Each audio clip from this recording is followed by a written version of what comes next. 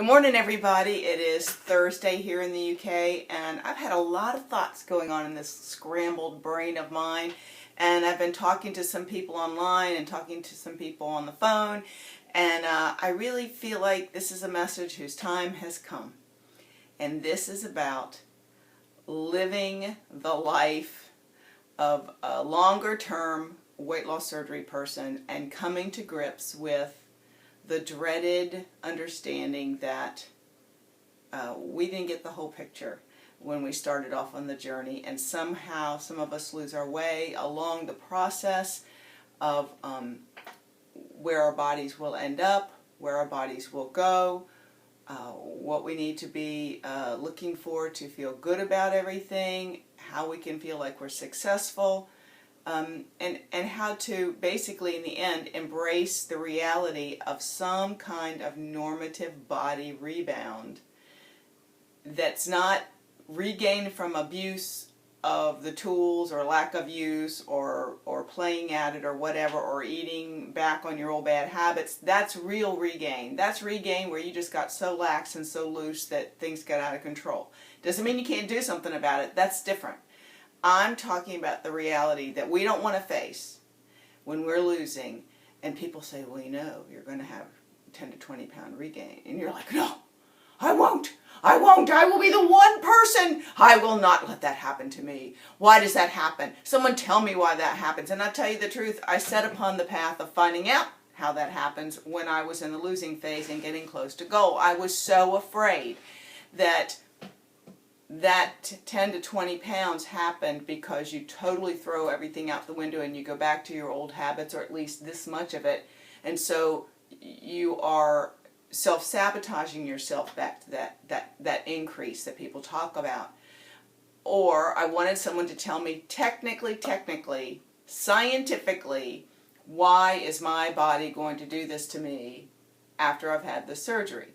And people never said anything other than, well, you relax a little and you get to live in the real life, and so some of that's going to come off. Well, I want you to know, as y'all know, I have I'm in a good place as long as I am doing the things I should be doing. I'm always in a better place here, and I know from the weight loss part of the journey that I could only take action steps. And what my body would respond is the way it would respond. I had no control over what my body would do other than the choices I made every day to live well and healthfully and rightly for my goals. Goals, not goal, goals. To be a healthier, fit person.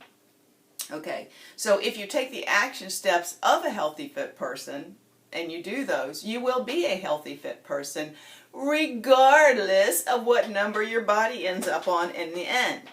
So, here we go. I mean, this could be an awfully long video, and I'm going to try to just hit the bullets, and there's so much more, so I invite you now. Send videos, give your feedback of your own experience and understanding, and any insights you want to share. Here's the reality, folks. I lost 120 pounds. When I started my journey, I had no clue. But people will tell you I made videos fixating on 147 being too thin for me. And I started at 250. And because I'd been 147 before, once in my life when I lost 100 pounds. And I didn't lie. I started to look too bony. Well, I got past that 147 phobia. And the summer of 2010, I came to visit England, and one of my very favorite photographs of me is in this dress, and I weighed 150 pounds. That was from November of 2009 to June of 2010. That's the weight I'd lost. I believe it was just 100 pounds. Well, it was 100 pounds. I'd lost from 250 to 150. Post-surgery, surgery was 225. But 100 pounds total. And I felt magnificent. And I have a picture of myself in this dress that's on Facebook. It's one of my absolute favorite pictures. Well, I also have a picture of myself on Facebook when I wore this same dress 11 months later to my first meet and greet. I bought that summer some beautiful summer dresses. And just dressy dresses. I had nowhere to wear them. but they were in the closet. So when meet and greet came around, I wore it. Why would I buy a new dress? I wore what I had. I did buy one new dress, but I wore this. And I'm going to tell you, when I look at those pictures, I look like that in this dress.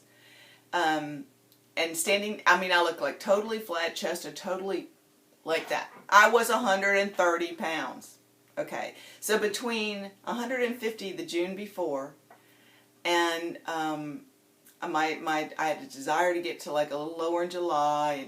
Well, next thing you know, between the fall, I hit November that year, hit 135 to 136, 137 range, I think. And by the next spring, just by doing the things you're supposed to do normatively in your weight loss phase, I got down to 128 and stayed for a year or more, 130 to 133, or 131 to 133. Okay, and then we moved here, and then I've gained basically 20 pounds since I moved here. I got on the scale yesterday, and guess what? I weigh 150 pounds. And instead of being a little distressed, which I was shocked, I won't tell you I wasn't shocked, because I assumed I was like in the 140s, and I was working out, trying to, just be healthy. Well, I had to really dig deep and go back, and what I ended up doing was going online and looking at a BMI chart that includes your age. And still, I'm just on the border of a healthy BMI now because of the 150, which is probably why I tried to push past 150 to get into the BMI range, which, and we're not even here to discuss the BMI thing. But what this helped me do was it showed me that in my age range and my height and my weight, I'm in the 25th percentile, which means I'm fully a normal-sized human being. If I was in the 50th percentile, I'd be a fully normal-sized human being at my age. Okay, and even a little above, it doesn't matter. The point was, there's nothing wrong with where I'm at. I want to be fit. I want to be healthy. Now, I've gone back and looked at my really uber skinny pictures in this dress, and hell yeah, I look a lot better now than I did then. I look a lot better at 150 than I did 9 months later.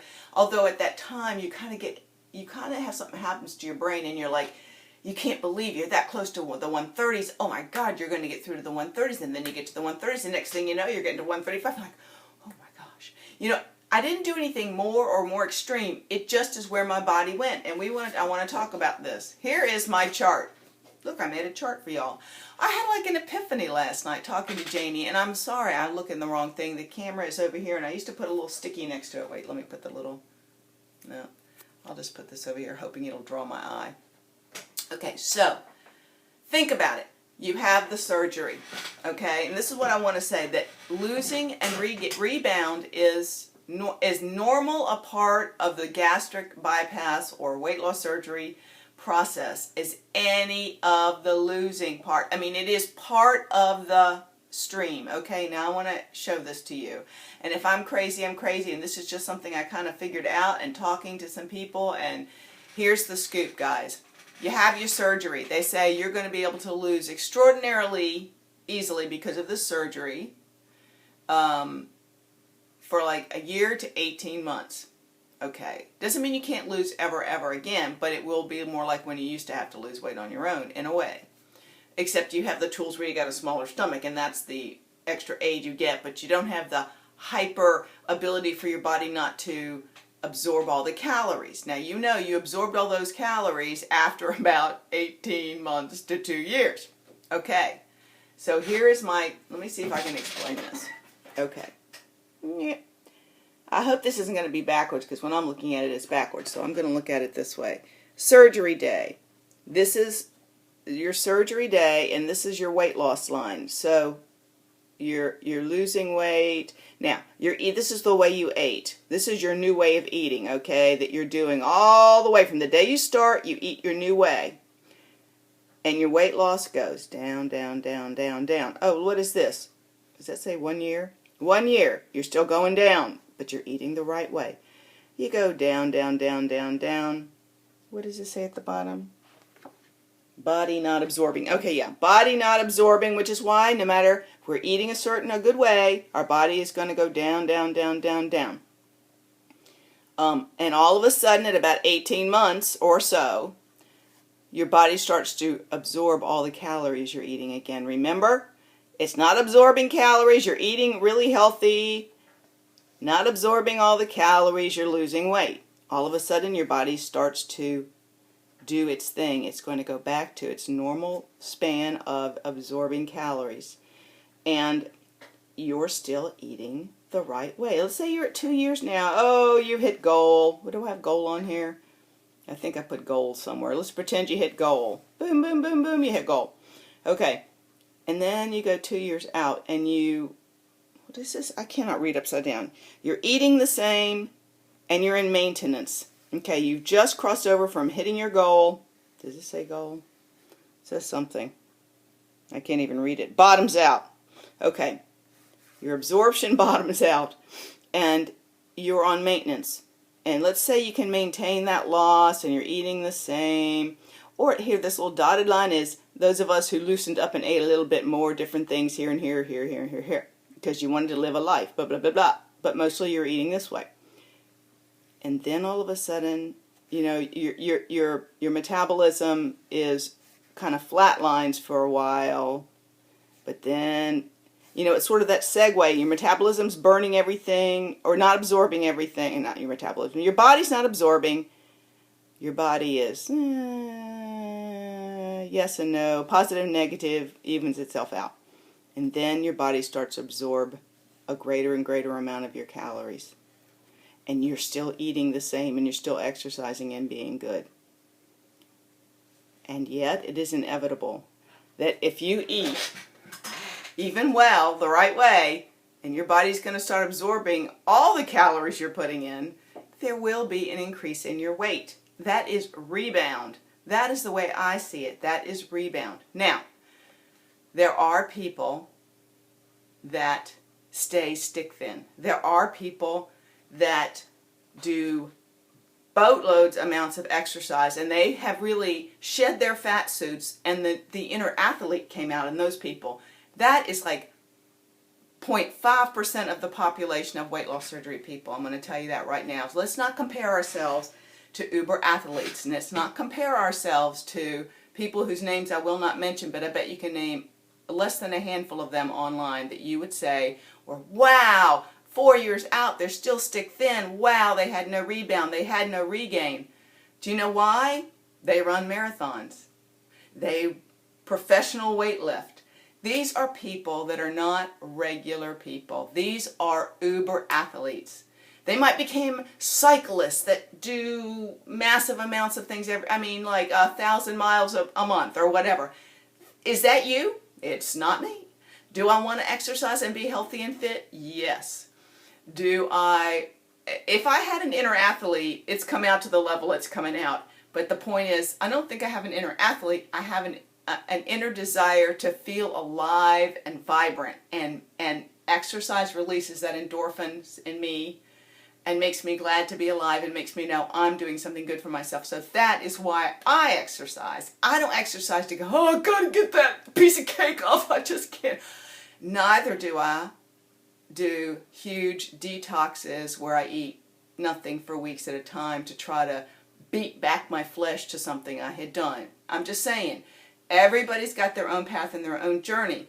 So if I'm not an uber athlete, or I'm not going to deprive my body of food on starvation mode for weeks at a time, or a week at a time every month or whatever, to make myself maintain, those are different people. If you're this person, it's eat right, get exercise, live your life in good moderation of choices, accept that perhaps some rebound will come. There's a whole thing about excess, what is excess? I'm going to let this go. I'm going to make another video. I'm cutting this off now because this is too much. Stop.